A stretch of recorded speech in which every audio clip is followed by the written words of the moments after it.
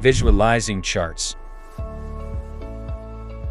You can access the charts in the menu to your left, or by clicking on the Action button on one of the sensors inside your dashboard, and select Charts. On your left, you will see all your sensors and the filters allowing you to refine your search. To view the data, select a sensor from the list. By default, the display period is 1 day.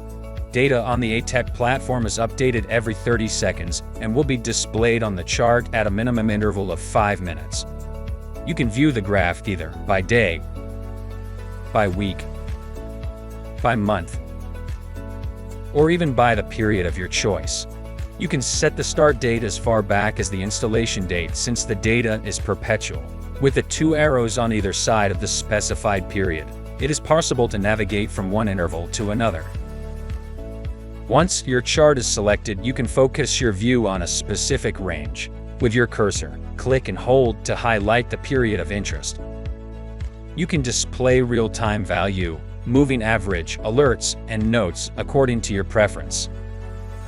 To return to the initial view, choose the Reset Zoom button in the top right corner of the graph. Once the period is selected, you can also view the data in table form, helping you compare readings and moving averages.